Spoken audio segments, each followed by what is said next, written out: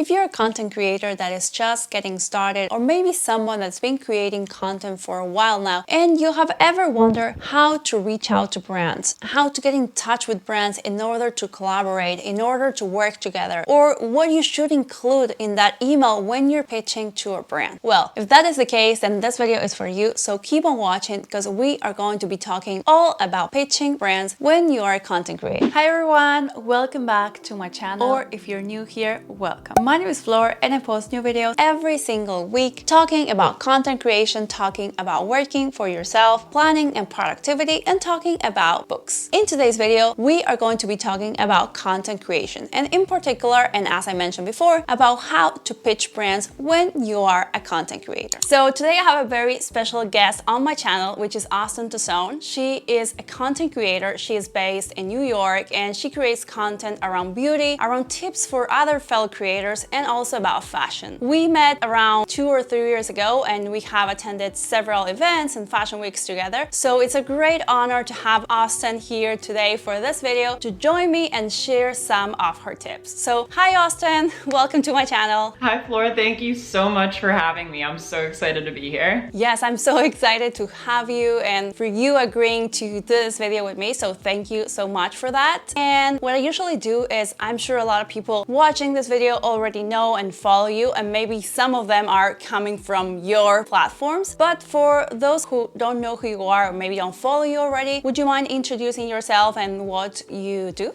Sure. So, hey everyone, my name is Austen Tosone. Like Flora said, I'm a New York City-based fashion and beauty content creator, but I also love helping especially micro-influencers figure out how to monetize their influence, pitch brands, and be a successful creator online. So I love creating content about creating content. I love creating content about how to pitch brands, how to find contacts, how to get started, but it always comes back to my two first loves, which are fashion and beauty as well. So my Instagram feed is still very fashion and beauty heavy visually, but you'll often see me kind of including tips or behind the scenes or advice for my fellow creators. And before that, I worked as a magazine editor and also as the beauty content director at a social media platform. So I think that from your work experience, you have this like two-side experience or view on things, because you work at a magazine and now working as a content creator. So you know all about pitching, like what catches someone's eye when you're on the other side and you're being pitched, and then what you should be doing when you're trying to pitch a brand or someone to work together, right? Totally. And I think that, you know, especially coming from an editor's standpoint, you only have like a few seconds to catch someone's attention in a crowded inbox. And so crafting a pitch that's really thoughtful, that's really targeted, and that's really short and sweet can be a big game changer, especially for content creators. So I have Austen here today to share some of her best tips in order to pitch a brand. So if you are a content creator rather like on the smaller side, or maybe if you have been creating content for a while now and you have a big audience, but maybe you're still scared to pitch a brand, to maybe offer a brand to work together, Austen here is going to share her best tips in order to do this. So what would you say your first tip for pitching brands as a content creator would be? Yeah, so as I mentioned, the first challenge is even getting someone to acknowledge and open your email in the first place. So having a good subject line is key. And I think it's worth experimenting with a few different things, but some things that have worked well for me in the past is including the name of the person I'm pitching in the subject line, or including the specific brand name, or when I was a writer, it would be the specific publication, and just making it something really enticing that someone would want to open, because in order to impress them, you again have to get them to open the email in the first place. So sometimes I'll reach out to a brand like I did with a brand last week and just ask for even a coffee meeting before I'm pitching. So I might say coffee with New York City based beauty blogger Austen Tosone ?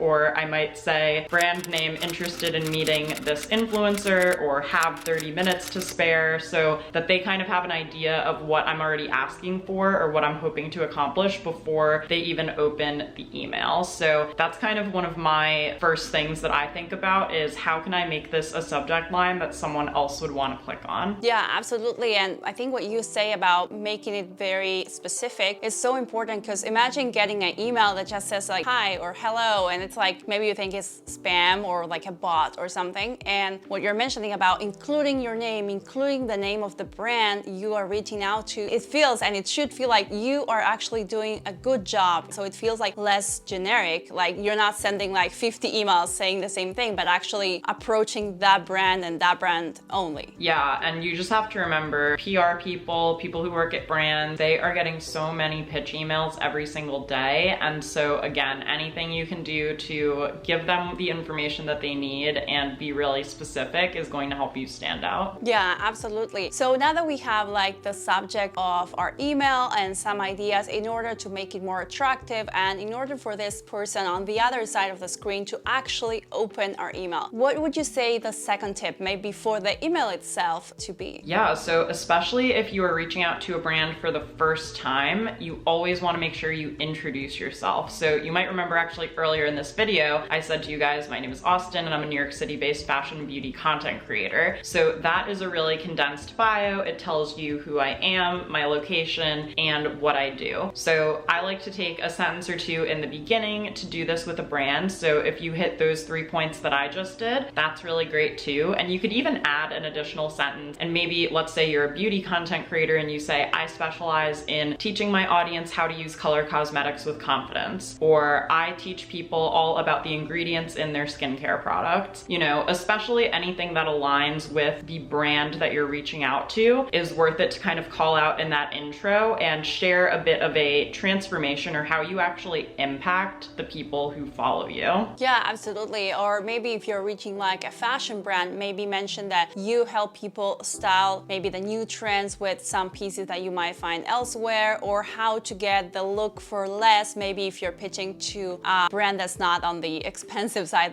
but quite the opposite. So I think that what you said is very, very important, being able to have this like elevator pitch, or there's like 2 or 3 lines, as you said, of who you are, what you do, and what maybe sets you apart in a way, what's different from the content you create, or maybe how you interact with your audience. And I would also add, it's worth mentioning if you have a main or primary platform you create content for. So if you're a YouTuber, if you are really big on TikTok, definitely link whichever social platform you are hoping to work with the brand on in your email, so that it's really easy for them to open and find it. I know a lot of people now do have, you know, Instagram usernames that are similar to their names. I know my name is my handle. I know Flora's kind of similar, so it might be easy to find us, but maybe if you have a name like your blog name that you go by, or a different kind of handle, just make sure everything is in the email and really easily accessible for the brand. Yeah, absolutely. Making it easy for the person on the other side is very important. The fact that maybe they're opening their email on their computer, so if you just put your username, as you mentioned, maybe they have to like copy and then put that into Instagram, and then the other way, if you just link it, then they can just open that link and see it on their computers, or maybe if they're on the go on a car or the subway, they can easily like see your profile. So make it like as easy as possible for the person on the other side to know who you are and what your platforms are and what you're working on. Totally agree. So now moving on to tip number 3, there is something you have mentioned before in your videos, because I've done my homework and I watched your videos,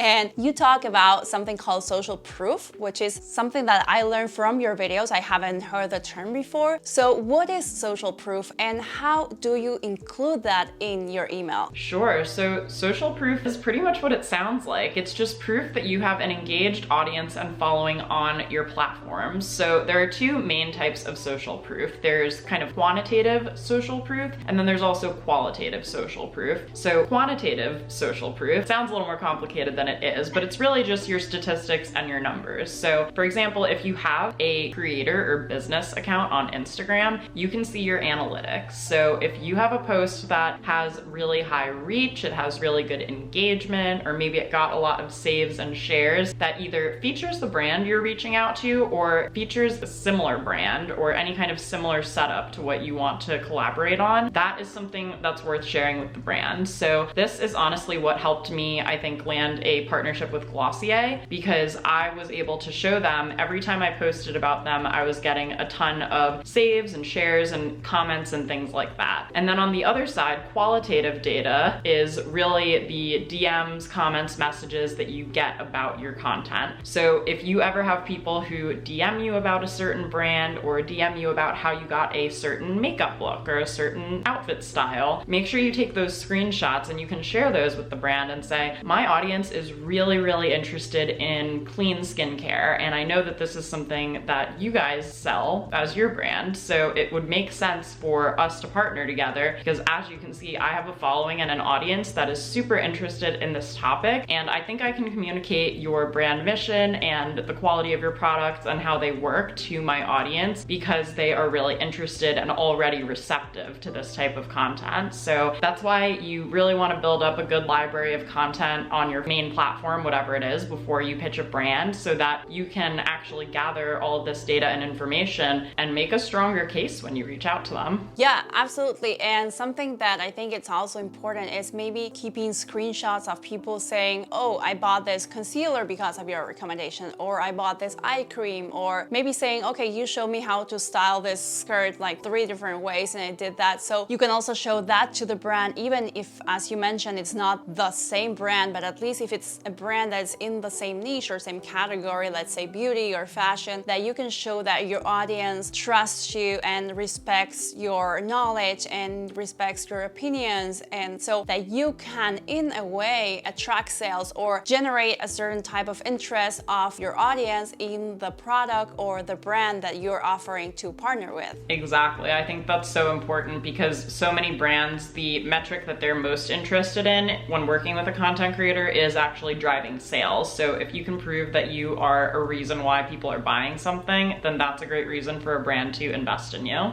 Yeah, absolutely. So now we have the first 3 tips. What would you say tip number 4 would be? You know, I really like to answer the questions in the email of why you and why now. So why you is basically just explaining to the brand why out of the hundreds of thousands of influencers and content creators out there that you're the right partner for them. And this can be kind of a combination of social proof and even how you introduce yourself to the brand to start to piece together and make a case for them about why you specifically are great. But maybe you can go the extra mile and call it out just in one sentence. Like maybe you take amazing product photos and you can say, I really think that this photography style would elevate your brand and bring you guys a lot of new people over from my audience. Or, you know, it could be just something like, I've been making these really fun short form reels and TikTok videos lately, and I see that you guys don't have a lot of video content on your page. So now you're filling a void of something that they probably should be doing, but maybe they haven't been able to prioritize. Maybe they don't have enough employees to create that content in-house. So that's a great reason for them to work with you. And I also like the question, why now? Which is just, is there a particular reason you're reaching out right this moment? Like, have you recently gotten an influx of DMs about this particular brand or product? Do they have a sale coming up that you have a cool idea to help promote? So just being thoughtful in your pitch, again, about why you and why now can, again, really make a difference. Yeah, absolutely. And also maybe keeping track of special national dates coming up and maybe being able to offer a certain content around a certain date. For example, let's say you're pitching before 4th of July or maybe pitching before National BFF Day or something like that. So you can maybe say how that content that you intend to work together with the brand would work around a certain topic or a certain date that's coming up that maybe the brand is already thinking about, so you can help them in a way. I think that what you said about why you and why now is like, how can you help the brand rather than the other way around? Yeah, it's really important for influencers to pitch brands thinking about how they can serve the brand and worry less about what's in it for them, because you might just want free product, you might just want to get paid and work with a cool brand, but the more you can show up from a service-based mindset and think about how you can enhance them and what they're doing, the more they'll appreciate that and hopefully get back to you after you pitch. So now we have gotten to tip number 5, which in a way connects to what we have talked about and discussed on tip number 4, and it's all about having a content idea, having at least a rough idea of the content you want to create with and for this brand. So how would you put that into an email? How would you tell a brand the type of content you are thinking about creating for this collaboration? Yeah, you know, so many influencers and content creators will reach out to brands and say they want to collaborate, and then they don't say anything else. And as nice as that might be for the brand, you know, you aren't really doing anything to make the brand interested in you. Like, the goal of reaching out to a brand should be first to get them to open the email, get them to read the email, and then also get them to respond to the email. So I think that the way you can kind of set this up towards the end of your pitch email is to really paint a picture of what you're envisioning, and better yet, if you have an example, you can definitely send that along too. So again, if it's a makeup brand and you saw that they just released a new eyeshadow palette, you want to do some kind of cool TikTok collaboration where you do like a transformation and then your makeup is totally different. Maybe you have an example or two of that that you can send to the brand and say, is this something that you could see fitting in to your kind of product, like content that you want to be creating? And